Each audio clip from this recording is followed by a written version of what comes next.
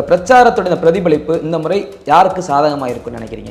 திமுக அணியோட வெற்றிங்கிறது செட்டில்டு மேட்டருங்கிறது தான் என்னோட கருத்து. ஒரு சில இடங்களில் ஃபைட் இருக்கும். திமுக அணி சார்பாக அதிக அளவில் பணம் கொடுக்கப்படுது. அதிமுக கொங்கு பெல்ட்டுக்குள்ளே மட்டும் பணம் கொடுக்குறதாட்டு.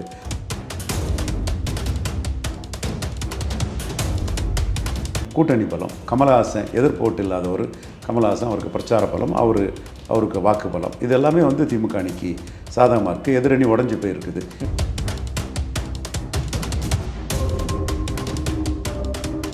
கடு எதிர்ப்பு ஒரு ஸ்டேட் கவர்மெண்ட்டுக்குள்ளது மக்களவைத் தேர்தலில் பிரதிபலிக்குமா? 2009 திமுக எதிராக பிரதிபலிச்சா? இல்லை. 1999 திமுக எதிராக பிரதிபலிச்சா? இல்லை. ஒரு ஆளுங்கட்சிக்கு எதிர்ப்புங்கிறது வந்து இருந்தாலே 6-7% தமிழ்நாட்டில் தாண்டலை. ஸ்டாலினுக்கு அப்படி ஒரு எதிர்ப்பு இருக்கிற மாதிரி எனக்கு ஒன்றும் தெரியலை.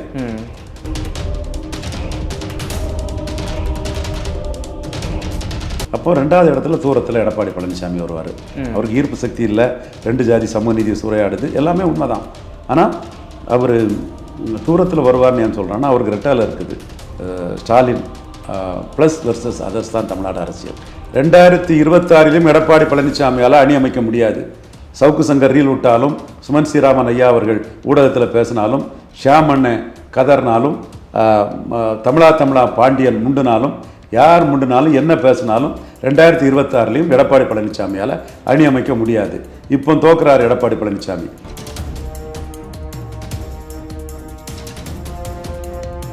அப்படின்ற மாதிரி ஜெயக்குமாரே சொல்லியிருக்காரு, முன்னாள் அமைச்சர். நான் தோத்தது காரணம் பாஜகன்னு சொல்றாங்க. அதனால இந்த முறை வாக்குகள் அதிகமாகவும் சொல்லிட்டு இருக்காங்களே அதிமுக தரப்புல. அவங்கள்ட்ட வெற்றி பெற்ற திமுக அணிலேருந்து யாரும் போக போறதில்லை. பாஜக இவரால் தான் தோத்துன்னு அண்ணாமலை கரெக்டாக சொல்கிறாரு. அண்ணாமலை எடப்பாடி கூட நின்று 3.7% ஓட்டு எடுத்தவர் தனிச்சு 8% மேலே எடுத்துருவார். தமிழிசை பொன்னாரோடலாம் தாண்டி போயிடுவார் அண்ணாமலை. மோடிக்கு வேல்யூஷன் ஆயிடுவார். அவர் ஏன் இப்போ இவர் கூட போவார்? எடப்பாடி பாஜக மைனஸ்ன்னு சொல்கிறதில்ல, அண்ணாமலை எடப்பாடி மைனஸ்ன்னு சொல்கிறாரு. இது சவுக்கு சங்கர் கருத்து குரோடராக இருக்கிறாரு, சுமன் ஸ்ரீராமன் கருத்து குரோடராக இருக்கிறாரு, சேமண்ணன் செவிகளுக்கு இது எட்டல்ல, தமிழா பாண்டியன் இதுக்கு எட்டல்ல. யார் இதை மறுக்க வாரீங்க? I am challenge everybody.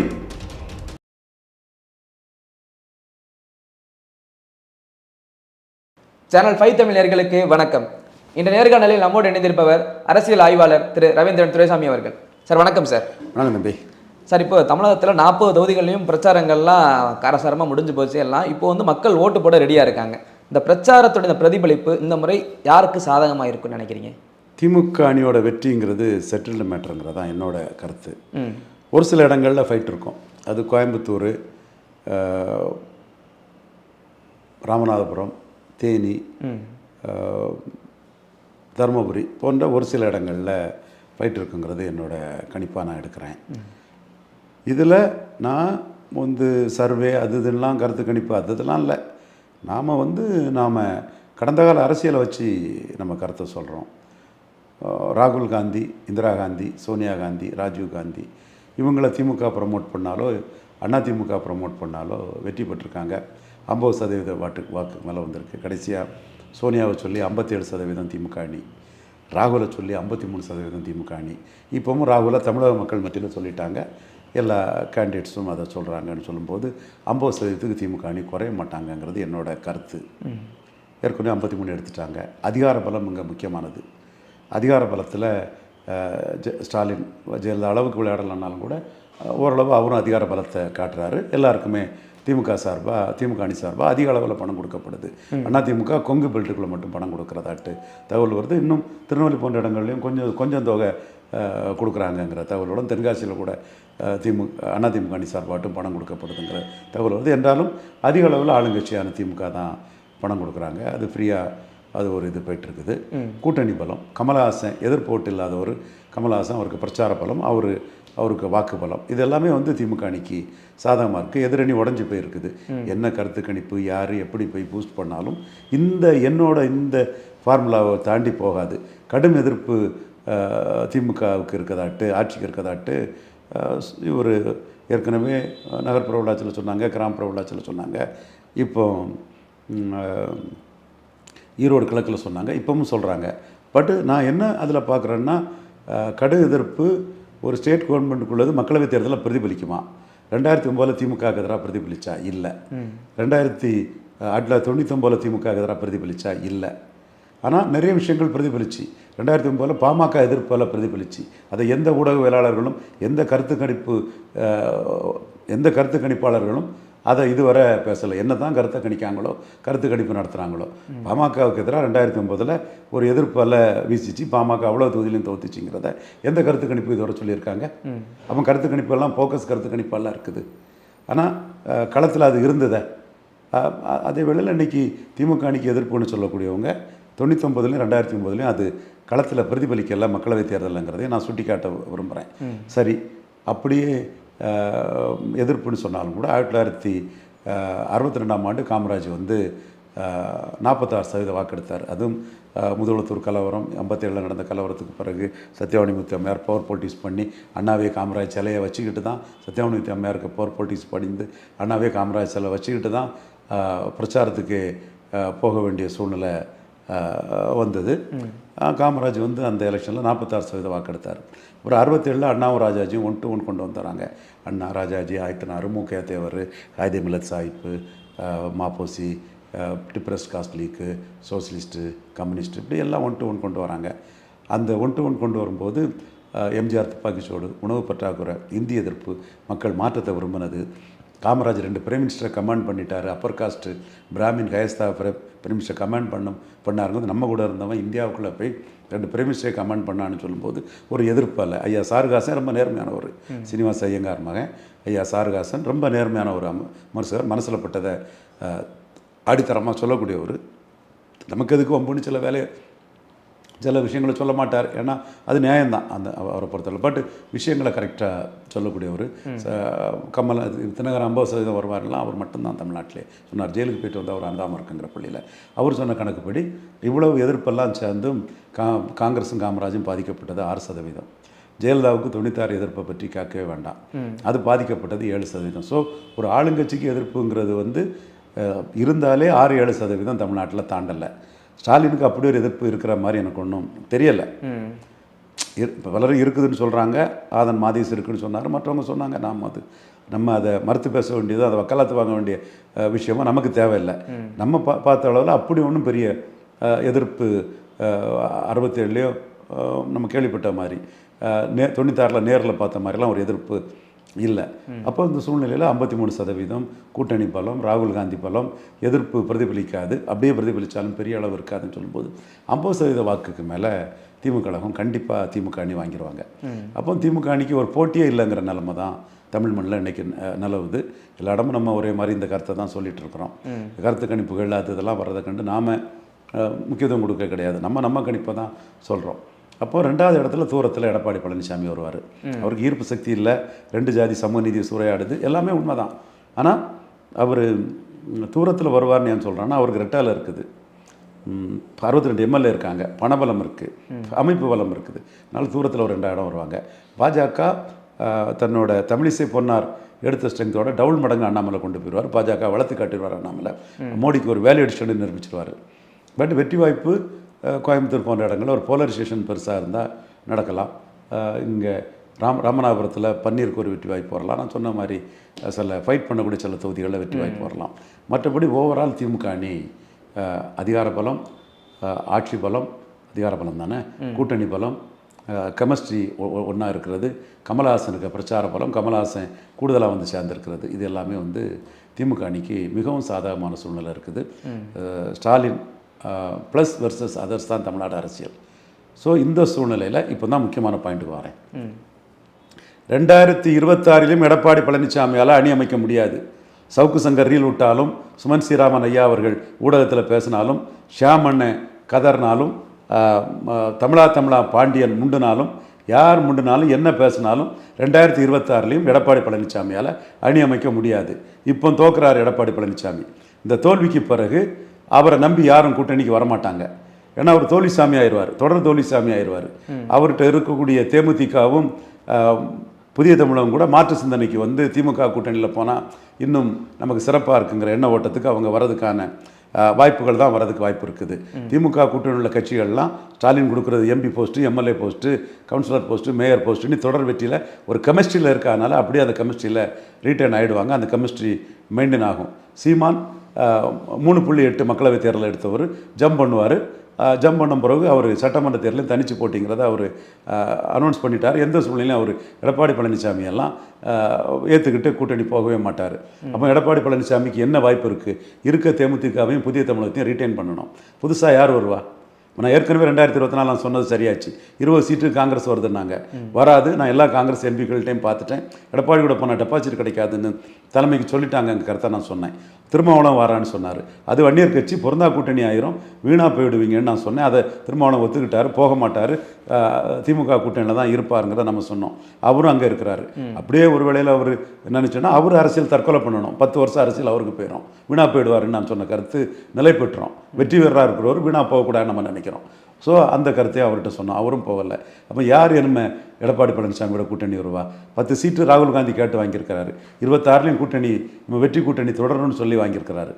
So 26லையும் அவங்க 29 மனசில் வச்சு ஸ்டாலின் கூட தான் அவங்க 26லையும் கூட்டணி வைப்பார். ஸ்டாலின் ஜோதிபாசு மாதிரி ஆர்கே நகர் டெபாசிட் இழந்த தோல்விக்கு பிறகு இந்த கெமிஸ்ட்ரியை மெயின்டைன் பண்ணி கொண்டு போகிறார். இன்னைக்குள்ள அரசியல் அக்குமுலேட்டிங் பவர், அமாசிங் வெல்த் தான் modern politics. Amassing wealth, accumulating power and amassing wealth தான் மாடர்ன் பொலிட்டிக்ஸு.